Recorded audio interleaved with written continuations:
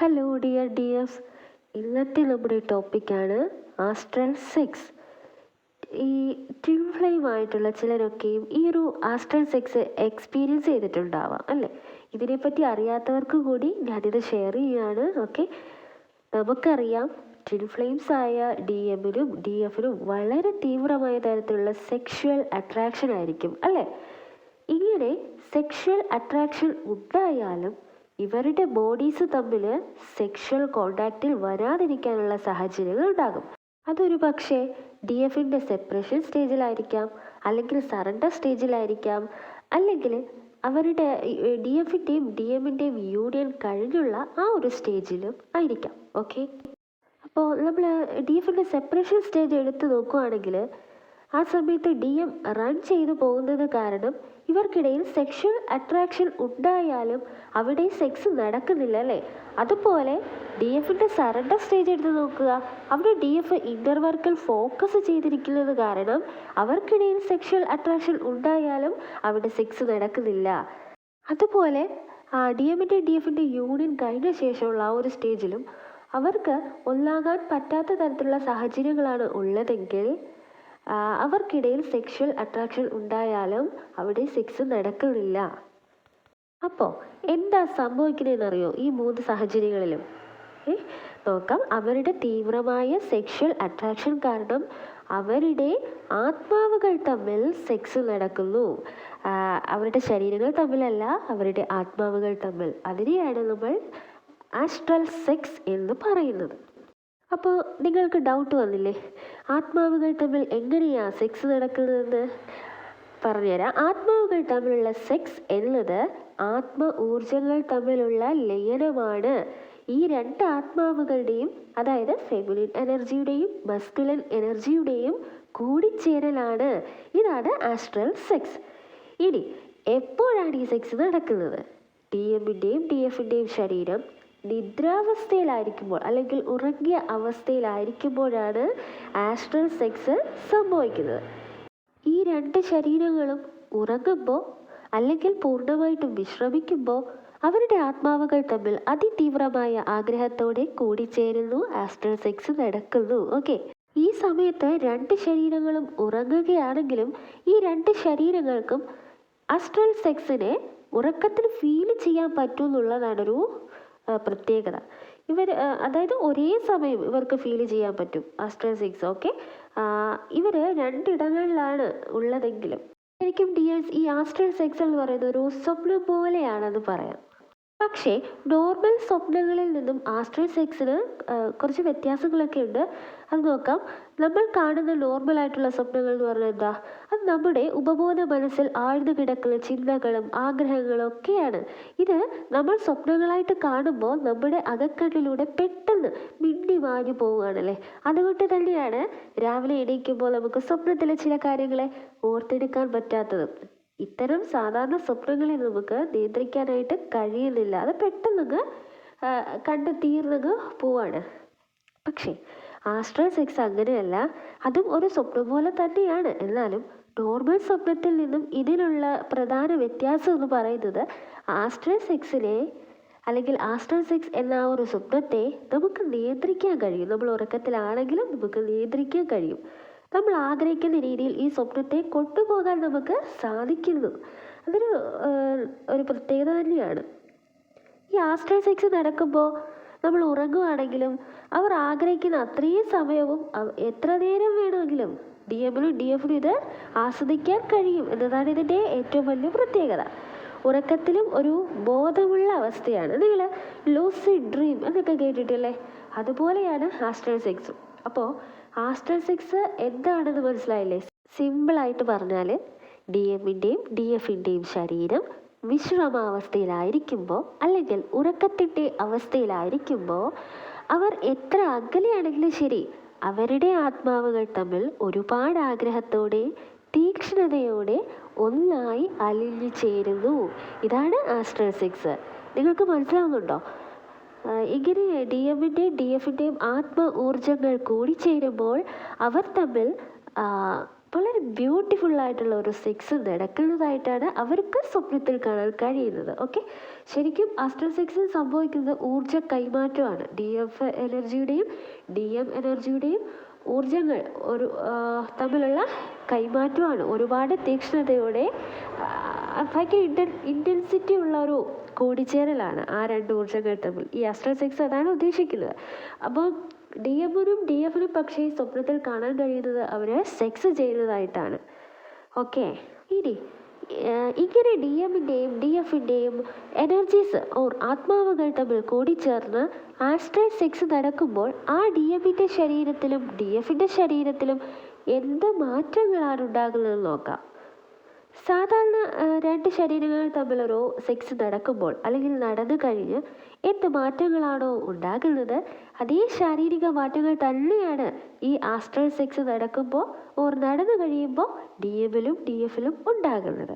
Okay, അതായത് ഒരേ സമയം രണ്ടാളും അമിതമായിട്ട് വിയർക്കുന്നു, രണ്ടാളുടെയും ശരീരം ചൂട് പിടിക്കുന്നു, രണ്ടാൾക്കും ആഴത്തിലുള്ള ഒരു സാറ്റിസ്ഫാക്ഷൻ കിട്ടുന്നു, ഹൃദയമിടിപ്പ് കൂടുന്നു, ബോധത്തോടെ സെക്സ് ചെയ്യുവാണെന്നുള്ള ഒരു തോന്നൽ രണ്ടാൾക്കും ഉണ്ടാകുന്നു.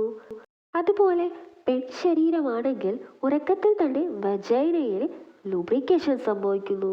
അതുപോലെ ആൺശരീരമാണെങ്കിൽ ഉറക്കത്തിലാണെങ്കിലും ആ ലിംഗഭാഗത്ത് ഉദ്ധാരണം സംഭവിക്കുന്നു. അങ്ങനെ ഒരു സെക്സ് ചെയ്ത ഫീല് തന്നെ ആസ്ട്രൽ സെക്സ് എന്ന സ്വപ്നം നടന്നു കഴിയുമ്പോഴും സംഭവിക്കുന്നു. ഞാനീ പറഞ്ഞത് എനർജി ബേസ്ഡ് മാത്രമായിട്ട് നിങ്ങൾ ചിന്തിക്കുക.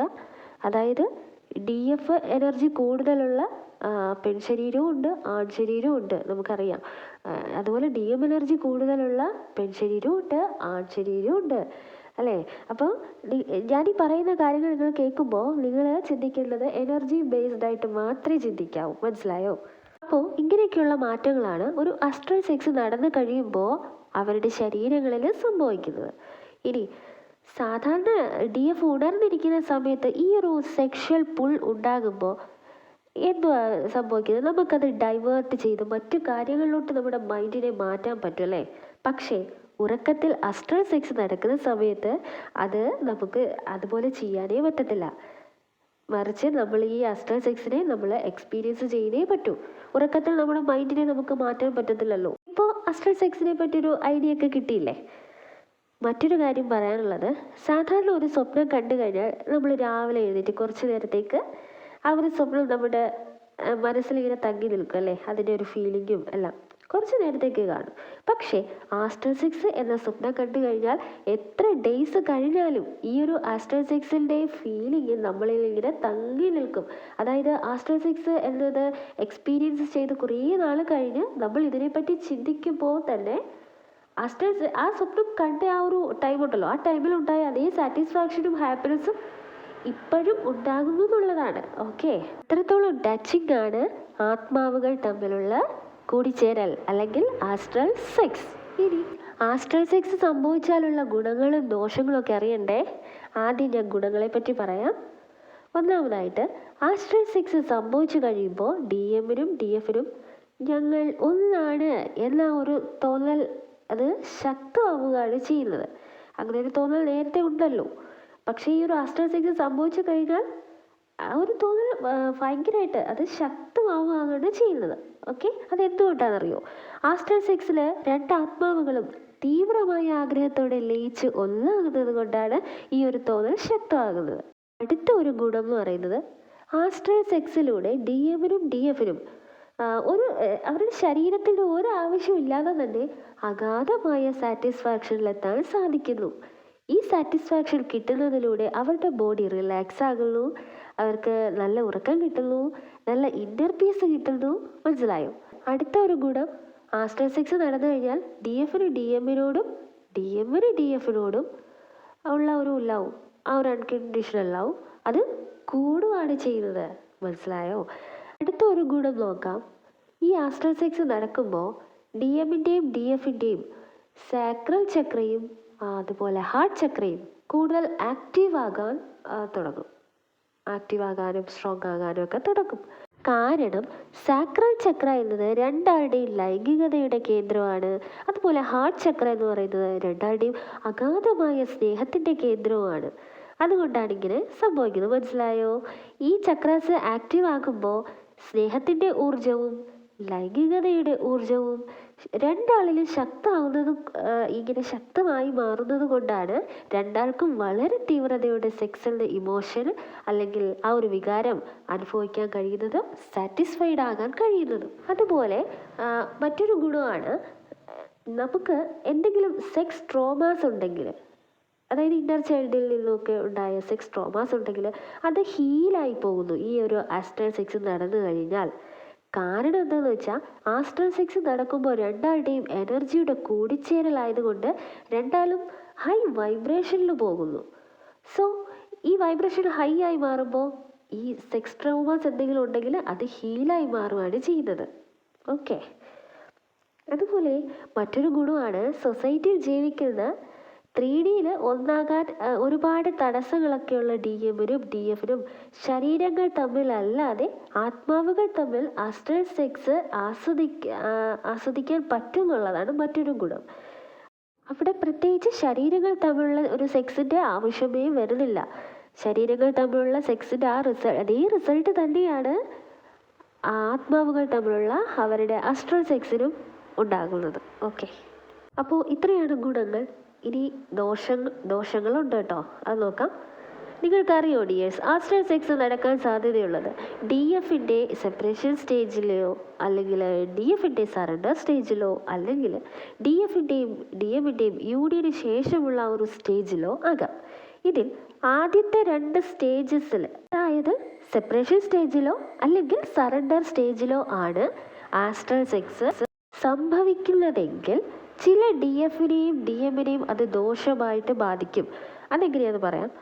DF-ൻ്റെ സെപ്പറേഷൻ സ്റ്റേജിൽ ആസ്ട്രൽ സെക്സ് സംഭവിച്ചാൽ DF ആ സമയത്ത് അത് എൻജോയ് ചെയ്യുന്നുണ്ടെങ്കിലും പിന്നെ ആ ടൈം കഴിയുമ്പോൾ DM-നെ ഓർത്ത് സങ്കടപ്പെടുകയും DM-നെ ഫോളോ ചെയ്യാനുള്ള ടെൻഡൻസിയിലാവുകയും ചെയ്യുന്നു.